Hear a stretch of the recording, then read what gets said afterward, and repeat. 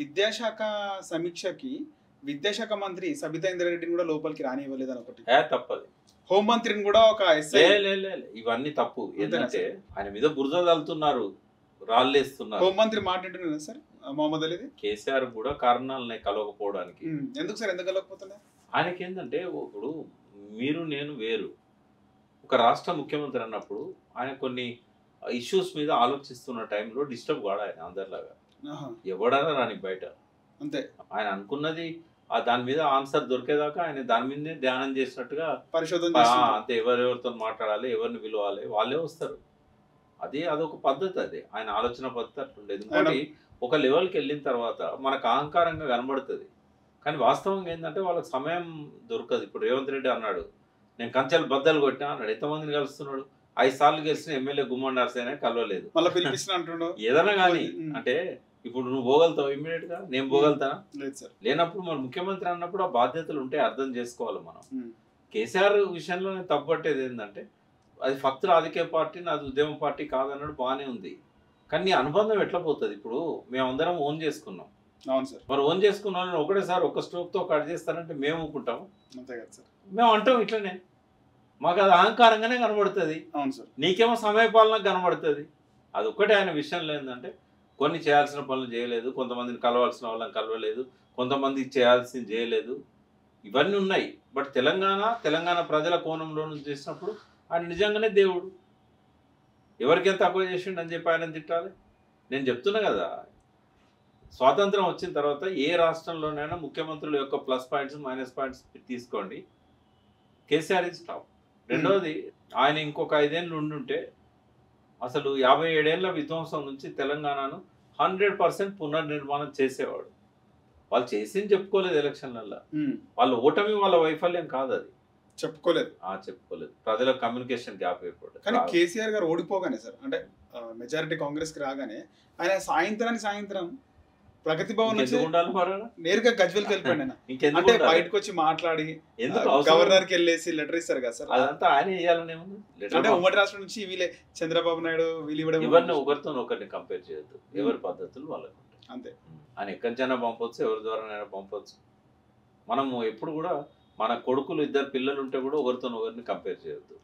ముఖ్యమంత్రులను కూడా అంతే, ఎవరి ప్లస్ పాయింట్స్ వాళ్ళకు ఉన్నాయి. ఇప్పుడు రాజశేఖర రెడ్డి ఉన్నాడు, కేసీఆర్లో ఏ లోపం ఉన్నదో రాజశేఖర రెడ్డిలో అది లేదు.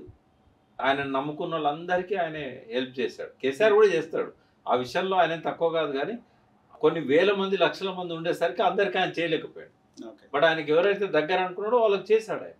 కాబట్టి అది కంపేర్ చేయడం బాగుండదు. బట్ కేసీఆర్లో ఉండే ప్లస్ పాయింట్స్ కేసీఆర్లో ఉంటాయి. అయితే కృష్ణా జలాల విషయంలో మాత్రం కేసీఆర్ కంటే గట్టిగా కొట్లాడిన నాయకుడు ఎవరు లేరు.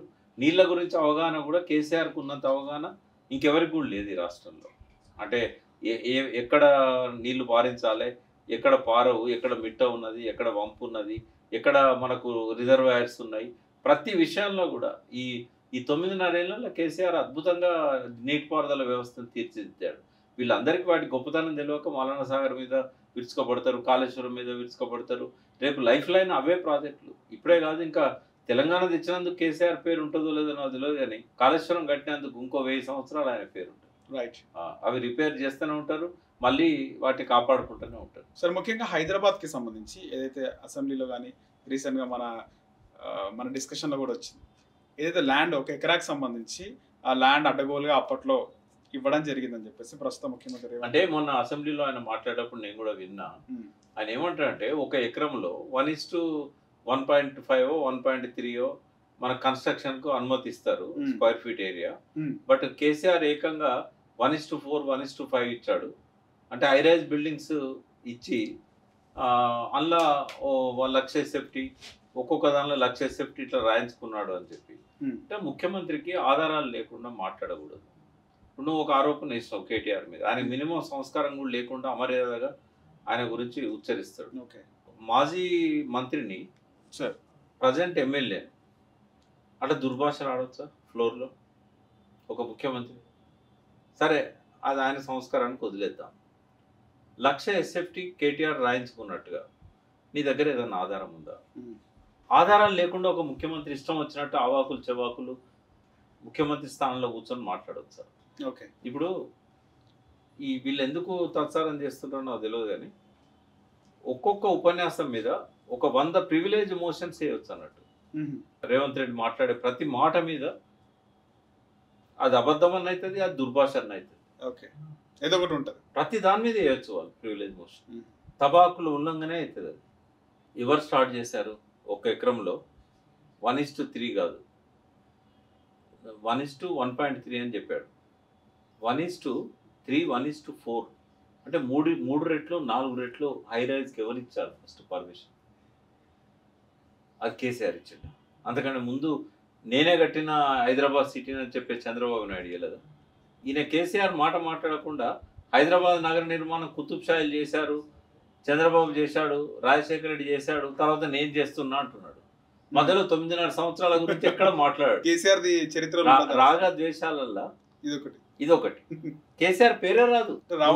ఏ నేషనల్ సమ్మిట్ కానీ, ఇంటర్నేషనల్ సమ్మిట్ కానీ, ఏ టీవీలలో కానీ, మొన్న కూడా రాజ్దీప్ సర్దేశాయ్తో మాట్లాడిన దానిలో కానీ, అంతకుముందు మాట్లాడిన వాటిలలో కానీ, అక్కడెక్కడో పోయి ఎకనామిక్ ఫోరంలో మాట్లాడింది కానీ, హైదరాబాద్ కట్టింది కుతుబ్ షాయిలు, చంద్రబాబు నాయుడు, రాజశేఖర్ రెడ్డి, తర్వాత నేను. అంటే 9.5 సంవత్సరాల్లో 57 ఏళ్ళ విధ్వంసం నుంచి తెలంగాణను బతికించి శ్వాస తీసుకున్నట్టు చేసిండు. నువ్వు మాట్లాడినంత మాత్రాన కేసీఆర్ పేరు తొలగిపోతుందా? ఎవరి హృదయాల్లో నుంచి చెరిపేదలుచుకున్నావు నువ్వు? అవుతుందా? ఆయన అడుగుజాడలను తుడిచేయాలని నీకుంటే ఆ అసెంబ్లీలో ఎందుకు కూర్చుంటున్నావు? ఇక్కడ ప్రగతి భవన్కి ఎందుకు నువ్వు తీసుకున్నావు? సెక్రటరియట్లో ఎందుకు కూర్చుంటున్నావు? అందుకే సార్ అంబేద్కర్ స్టాచ్యూ దగ్గరికి నివాళులు అర్పించడానికి పోతున్నాడు కూడా. ఆయనే ఈ దళిత వ్యతిరేకి, పచ్చి దళిత వ్యతిరేకి. ఇవాళ ఆయన దళితులకు రిజర్వేషన్ అది పెట్టినా కూడా ఈ దళిత వ్యతిరేకి, ఈ బీసీల వ్యతిరేకి. రేవంత్ రెడ్డి అంత పచ్చి బీసీల వ్యతిరేకి నేను చూడలే ఇప్పటిదాకా. ఎందుకంటే రెడ్ల సంఖ్యను పెంచి మా మున్నూరు కాపుల సంఖ్యను తగ్గించాడు, బీసీల సంఖ్యను తగ్గించాడు. ఇప్పుడు ఆయన ధైర్యం ఉంటే, దమ్ముంటే 42% బిల్ పెట్టిండు కదా.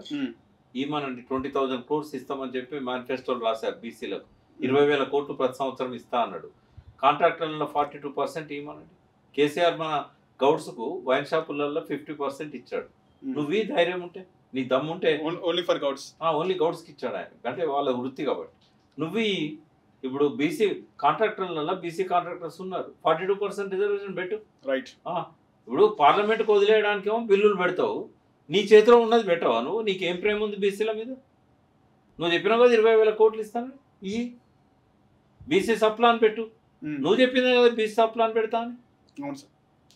ఎందుకు చేయవు? నీకు దళితుల మీద ప్రేమ ఉంటే, ఇవాళ అసైన్ ల్యాండ్స్ ఉన్నాయి, నేను అధికారంలోకి రాగానే వాటి అన్నిటి మీద పట్టాలు ఇస్తా అన్నావు.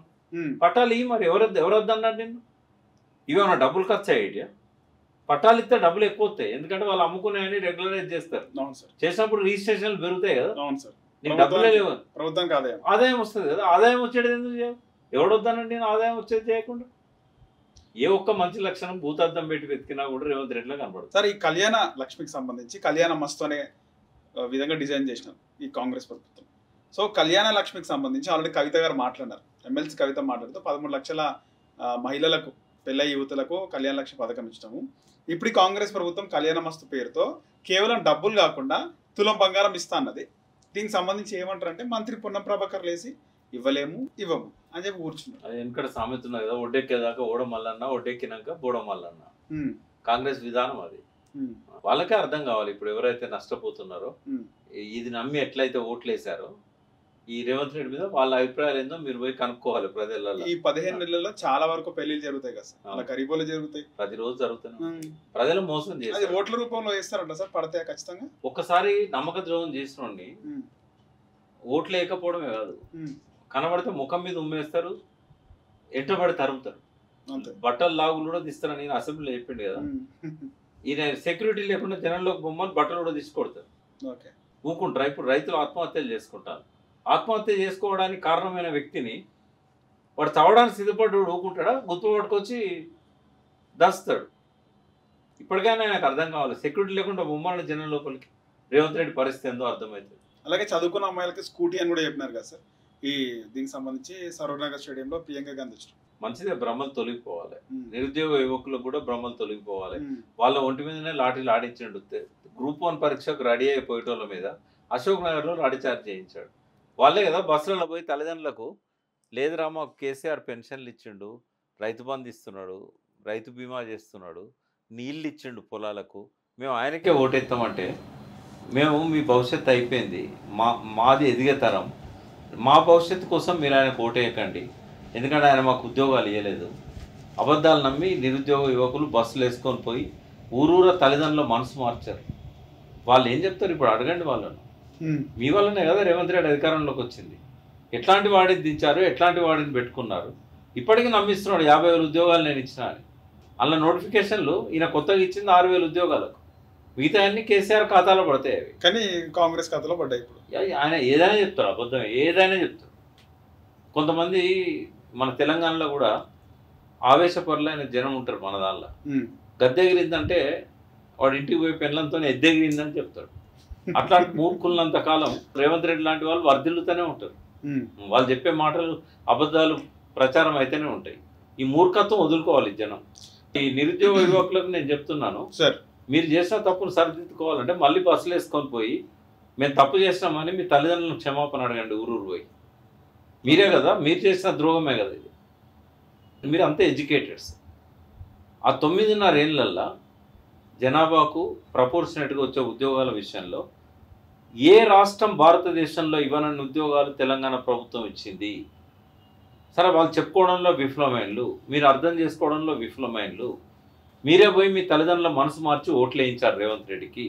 ఇప్పుడు మీకు జ్ఞానోదయం అయ్యి ఉంటే మీరు వెళ్ళి మీ తల్లిదండ్రుల క్షమాపణని చెప్పండి. ఓ దరిద్రుని తెచ్చి నెత్తిన పెట్టుకున్నాము, మాదే తప్పు అని చెప్పండి. మీ నిజాయితీ అక్కడ, మీ చిత్తశుద్ధి అనేది మీ తల్లిదండ్రులు గ్రహిస్తారు. మీరు చేసిన తప్పు కాదా ఇది? లేకుంటే కేసీఆర్ మళ్ళీ ముఖ్యమంత్రి అయ్యేవాడు కదా.